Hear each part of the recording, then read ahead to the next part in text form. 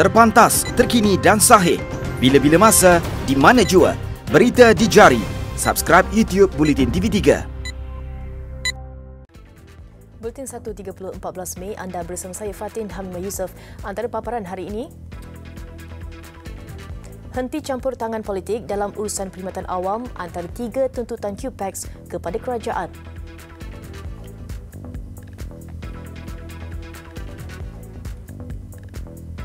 Juga laporan siasatan projek tukar tanah Kementerian Pertahanan disiar di laman web rasmi.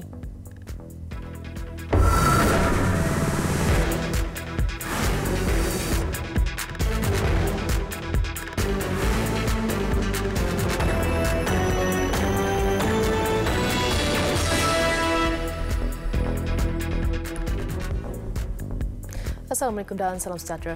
Laporan siasatan 16 projek pertukaran tanah atau land swap Kementerian Pertahanan oleh kerajaan terdahulu yang didakwa telah menyebabkan kerugian atau ketirisan hasil kerajaan mula disiarkan secara berperingkat menerusi portal rasmi kementerian itu. Kementerian Pertahanan dalam satu kenyataan memaklumkan laporan siasatan Jawatankuasa Siasatan Takbir Urus Perolehan dan Keuangan Kerajaan JKS-TUPKK mengenai land swap itu mula disiarkan semalam. Penyiaran semalam melibatkan 3 projek iaitu Kem Hutan Melintang, Kem Batu Cantonment dan Kem Paloh atau Kinrara. Hari ini 3 lagi laporan dijangka akan disiarkan melibatkan Kem Sungai Buloh, Kem Sungai Besi dan Kem Batu Pahat. Antara 10 lagi laporan yang didedahkan mulai esok hingga Jumaat ialah Kem Terendak, Kem Sungai Putat Melaka, Kem Berincang, Kompleks Markas Division 1 Muara Tuang dan laporan fasiliti Skuadron 323. Jelas kenyataan itu lagi, kementeriannya mengambil serius berhubung penemuan, teguran dan syur yang telah dikemukakan oleh Jawatankuasa Siasatan tersebut. Kementerian juga telah membuat 2 laporan kepada Suruhanjaya Pencegahan Rasuah Malaysia SPRM meminta siasatan terperinci dilakukan. Minggu lalu, Menteri Pertahanan Muhammad Sabu mendakwa pelaksanaan 13 daripada 16 projek land swap terbabit didapati melibatkan bekas Perdana Menteri dan bekas Menteri Pertahanan. Anggaran kerugian atau ketirisan hasil kerajaan daripada projek itu melebihi 500 juta ringgit. Kesemua projek itu terdiri daripada 1,183 hektar tanah milik Kementerian Pertahanan yang telah dan akan dipindah milik. Kongres Kesatuan Pekerja-Pekerja dalam Perkhidmatan Awam QPAX mengemukakan 3 tuntutan kepada kerajaan seiring dengan tempoh setahun Pakatan Harapan menerajui pemerintahan. Selain isu perumahan untuk pejabat awam, tuntutan berkenaan membabitkan pertimbangan memberi insentif khas sempena Aidilfitri akan datang serta menggesa campur tangan kerajaan dalam mengendalikan dan pelaksanaan dasar oleh individu lantikan politik dihentikan. Menurut Presiden QPAX, Dato' Aziz Muda, kerajaan perlu mengekalkan dasar perumahan untuk penjawat awam berikutan masih ramai yang belum memiliki kediaman sendiri. Katanya jika tiada pengkhususan dasar untuk golongan itu, kemampuan penjawat awam bersaing dalam pasaran terbuka akan menjadi lebih mencabar. Sementara itu, QPAX turut menerima aduan terdapat individu lantikan politik yang mencampuri urusan perkhidmatan awam. Tindakan itu, tegas beliau, dibimbangi akan melambatkan proses pelaksanaan dasar-dasar kerajaan. Dalam pada itu, Dato' Aziz turut memohon bayaran insentif untuk hari raya seperti tahun sebelum ini dipertimbangkan kerajaan sebagai bukti keprihatinan membantu meringankan beban penjawat awam, terutama yang mempunyai keluarga besar. Beliau turut mengucapkan terima kasih kepada Kerajaan Perak, Pulau Pinang dan Negeri Sembilan yang sudah menyatakan komitmen itu. QPAX telah mengutus surat kepada Perdana Menteri Tun Dr. Mahathir Mohamad dan Menteri Keuangan Lim Guan Eng berhubung perkara itu. Kerajaan beri jaminan bahawa bekalan barangan keperluan menjelang Aidilfitri ini adalah mencukupi. Menurut Menteri Perdagangan Dalam Negeri dan Hal Ehwal Pengguna, Datuk Seri Saifuddin Nasution Ismail, 5 jenis barangan keperluan harian juga akan ditambah ke dalam senarai 20 barangan skim kawalan harga sempena musim perayaan kali ini. Minta bahawa item pengguna yang mesti dimasukkan dalam harga kawalan itu ditambah. Dan apakah item itu? Dia mesti bersifat item yang paling banyak digunakan pada sepanjang musim perayaan, harganya stabil dan jangan ada, bila kita kawal harga dia tidak akan berlaku lonjakan. Itu kriteria item baru yang akan kita umumkan. Pengumuman rasmi semua jenis barangan itu dijadual dibuat esok. Terdahulu beliau ditemui selepas melancarkan Majlis Pelancaran Inisiatif Swasta Menangani Inflasi.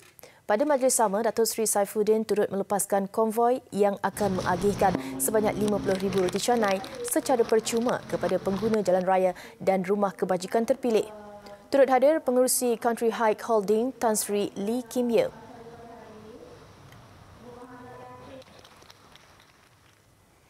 Perbicaraan kes pecah amanah yang dihadapi bekas Perdana Menteri Datuk Seri Najib Tun Razak dan bekas Ketua Setiausaha Perbendaharaan Kementerian Kewangan Tan Sri Irwan Sarigat Abdullah ditetapkan selama 52 hari bermula 6 Januari tahun depan.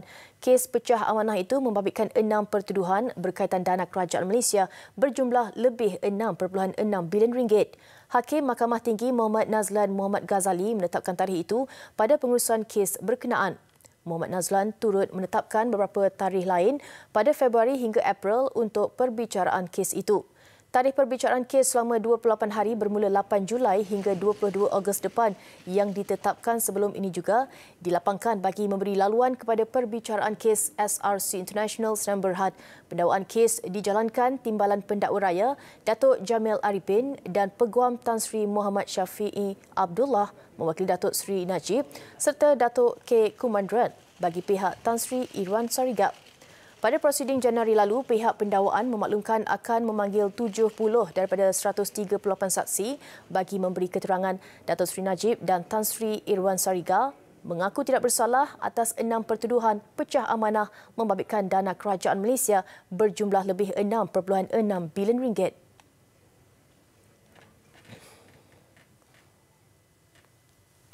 Mahkamah Pilihan Raya Ayer Keroh Melaka menetapkan keputusan untuk petisyen Pilihan Raya Parlimen Jasin dijadualkan pada 12 Jun depan di Mahkamah Tinggi Kuala Lumpur. Ia setelah perbicaraan bagi petisyen berkenaan tamat semalam dengan 44 saksi telah dipanggil memberi keterangan. Peguam Muniandi Vestanaden yang mewakili calon Pakatan Harapan PH bagi kerusi itu pada PRU 14, Datuk Seri Khairuddin Abu Hassan, pihaknya kini hanya menunggu untuk proses penyelarahan dan keputusan. 6 Mac lalu, Mahkamah Pilihan Raya Ayer Keroh menolak bantahan awal Ahli Parlimen Jasin, Datuk Seri Ahmad Hamzah untuk membatalkan petisyen pilihan raya yang difailkan Datuk Seri Khairuddin. Sehubungan itu, Mahkamah menetapkan perbicaraan penuh bermula pada 11 Mac lalu. Datuk Seri Khairuddin dalam petisyennya menyamakan Datuk Seri Ahmad sebagai responden pertama. Pegawai Pengurus Pilihan Raya Kerusi Parlimen Jasin, Zamrud Yahya, responden kedua dan Suruhanjaya Pilihan Raya SPR sebagai responden ketiga.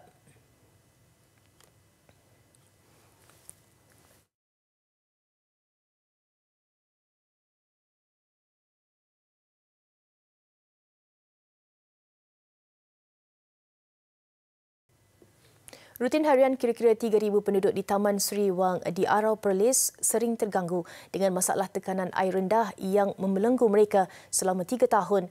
Walaupun pelbagai aduan telah dibuat berhubung bekalan air itu, penduduk hampa apabila tiada jalan penyelesaian diambil sehingga kini. Dakwa penduduk kebanyakan rumah di taman ini terpaksa menggunakan pam air. Namun begitu, tekanan masih rendah dan tidak memuaskan. Tidak tahan dengan keadaan itu, ada penduduk yang telah menjual rumah serta berpindah ke tempat lain. Sebelum ni pun kita ada juga ni. Bila kita panggil mai dia ada macam dia pergi buka sikit lah bagi kuat ada orang. Lepas tu bila lama sikit dia tutup balik. Jadi air tak ada balik. Bagi mengatasi masalah itu, penduduk bukan sahaja terpaksa menggunakan air di masjid, malah ada yang terpaksa memandu sejauh 5 km semata-mata untuk menumpang mandi di rumah saudara, rakan atau di tempat kerja. Sebab suami saya pun sebelum ni tak pernah sungut. Dah teruk kan kemakit sahur, tak ada semua nak mandi. Pernah 2-3 kali pergi mandi rumah kawan. Waktu pagi. 5:30 pagi kejut anak-anak pergi mandi rumah kawan, balik bersiap di rumah. Kan kita orang perempuan nak bawa stok untuk berkemas tu lambat balik rumah. Macam tu dah 2-3 kali dah macam tu. Tu dah harap perkara ni dapat diselesaikan lah. Dakwa penduduk sebelum ini banyak aduan telah diajukan kepada syarikat air Perlis SAP. Lebih memburukkan keadaan, tangki air di kawasan perumahan itu didakwa tidak berfungsi dengan baik dan bocor. Paling misteri sekali, tiap-tiap malam mesti ada overflow. Air di rumah tak ada. Tapi kita boleh dengar dan tengok kawasan ni tiap-tiap malam ada air overflow. Dalam longkang. Dan air tu kita memang syok sungguh-sungguh daripada tangki ni sebab air tu bersih. Maknanya air yang dah terawat, yang apa ni, jernih elok lah, comel elok ni, masuk dalam longkang, pi ruyuk. Kan? Raib ni ruyuk lah. Jadi sekarang ni, misteri ni, SAP kena jawab lah. Aduan itu kami panjangkan kepada Exco Kerajaan Negeri Perlis Hamizan Hassan yang menjelaskan ada kemungkinan berlaku gangguan akibat kebocoran paip utama yang membekalkan air kepada tangki agihan. Aduan ini telah kita pun adukan panjangkan kepada SAP dan memanglah SAP telah pun ambil tindakan dan nak cari tempat-tempat yang bocor ni dia ambil masa sedikit. Dan kadang-kadang ada tempat yang apabila kita dah baiki pipe yang bocor tu, dia akan berlaku kebocoran di tempat lain pula. Beliau memberi jaminan masalah itu akan diselesaikan secara berperingkat. Filem animasi fantasi 3D King of Shadows arahan pengarah tempatan Yoki Chin memenangi projek filem animasi terbaik Festival Filem Antarabangsa Beijing ke-9 bulan lalu. Produksi yang bakal diterbitkan Film Point itu telah mengetepikan 29 pesaing lain serta membawa pulang satu lagi pengiktirafan iaitu Blue Ocean Creative. King of Shadows merupakan filem animasi pertama Yoki Chin hasil usaha sama syarikat filem unggul di China iaitu China Film Group. Ini adalah kolaborasi keempatnya serta yang terbesar dengan syarikat China. Malaysia got a lot of talents, and if let's say Malaysian story can collaborate with Hollywood or China or some of the bigger market production company, I think we can do very well. Of course, from King of Shadow, we can expand to other content. Yeah, story is king. Filem berdurasi 90 minit ini mengetengahkan seni budaya wayang kulit iaitu sekaligus dapat mendedahkan kepada masyarakat dunia tentang keunikan seni wayang kulit yang popular di Asia Tenggara. King of Shadows bakal ditayangkan di 100 negara pada 2021.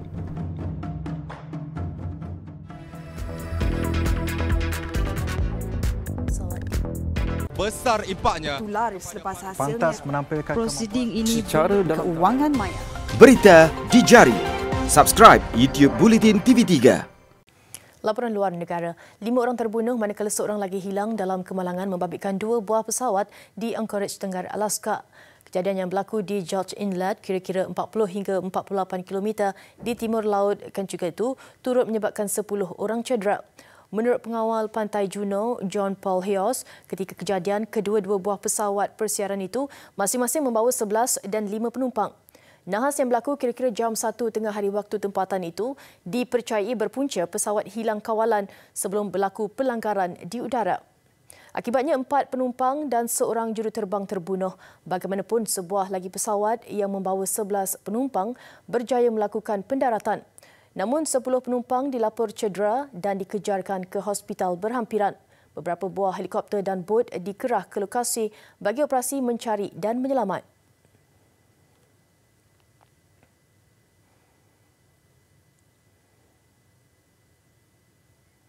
Empat anggota polis maut dan 9 lagi cedera selepas sebuah bom yang diletakkan di bawah motosikal meletup di Quetta Barat Daya Pakistan. 2 anggota polis turut cedera dalam serangan itu. Menurut Pegawai Kanan Polis Abdul Razak Jima, sebuah motosikal diletakkan di luar kawasan masjid di Quetta. Bom itu meletup di kawasan yang menempatkan anggota polis bertugas. 2 daripada mangsa yang cedera kini kritikal. Puak Taliban Pakistan mengaku bertanggungjawab atas serangan itu. Serangan berlaku 2 hari selepas memisah Baloch menyerang sebuah hotel mewah di Wadar.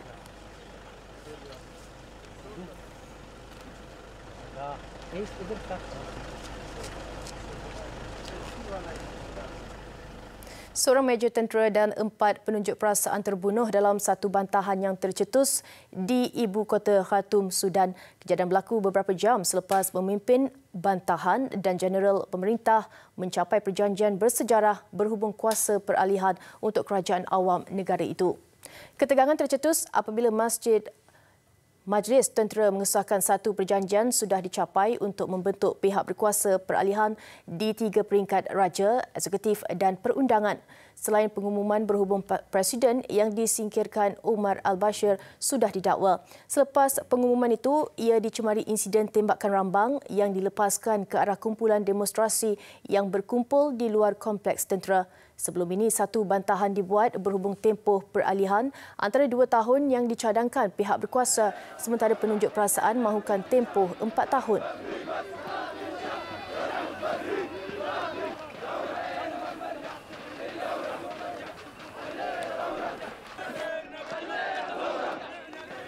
Kelemahan utama dalam sistem aplikasi mesej WhatsApp menyebabkan penggodam mengambil kesempatan dengan memasang perisian pengawasan pada telefon dan peranti lain dari jarak jauh. Perkara itu disahkan WhatsApp yang dimiliki syarikat Facebook Inc. Menurut WhatsApp, serangan itu dipercayai didalangi penggodam profesional menyasarkan nombor terpilih. Memetik laporan media Financial Times, serangan itu juga didakwa dirancang firma keselamatan Israel NSO Group. Penambahbaikan aplikasi itu bagaimanapun telah dibuat pada Jumaat lalu. Susulan itu, WhatsApp menggesa kesemua 1.5 bilion pengguna mengemas kini aplikasinya sebagai langkah berjaga-jaga. Difahamkan serangan tersebut mula dikesan awal bulan ini. WhatsApp is very popular internationally. Facebook says the number of messages besar impaknya. Tular selepas hasilnya. Pantas menampilkan prosiding ini secara dalam keuangan maya. Berita di jari. Subscribe YouTube Bulletin TV3. Kembali dengan laporan sukan. Bagi memperkuatkan pasukan musim ini, pasukan Sabah FA bakal menggunakan khidmat 2 pemain import baru dalam mengharungi cabaran Liga Perdana.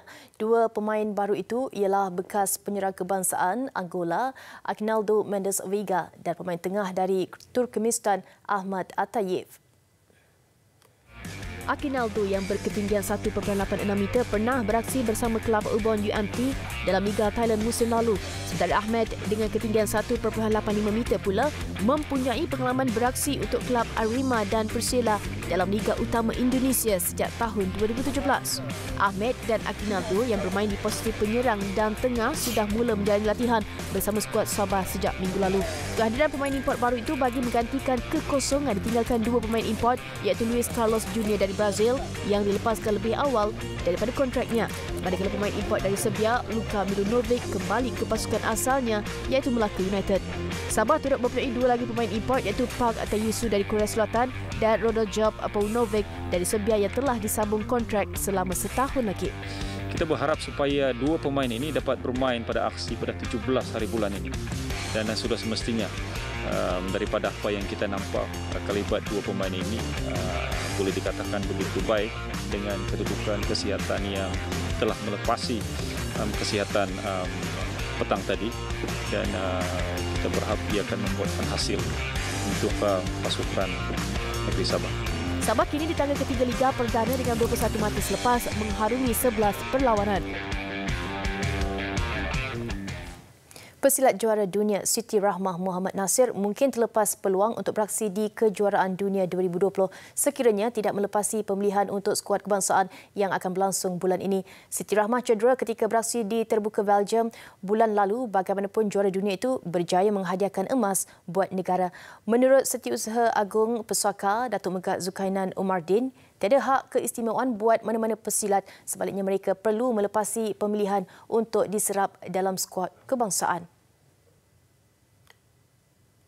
Menurut Datuk Megat Zulkarnain, pemilihan itu penting bagi memulakan persiapan latihan untuk perancangan setahun Persaka bermula dengan persediaan ke Tamasya Sukan Si Filipina, Kejuaraan Silat Asia di Chengdu, China sehinggalah ke Kejuaraan Dunia 2020 yang akan berlangsung di Malaysia. 2 lagi pesilat utama negara, Al-Julfi Jamari dan Syazwana Ajak turut mengalami masalah sama. Namun bagi berlaku adil, mereka perlu melepasi pemilihan skuad kebangsaan yang juga akan disertai juara kebangsaan yang lain.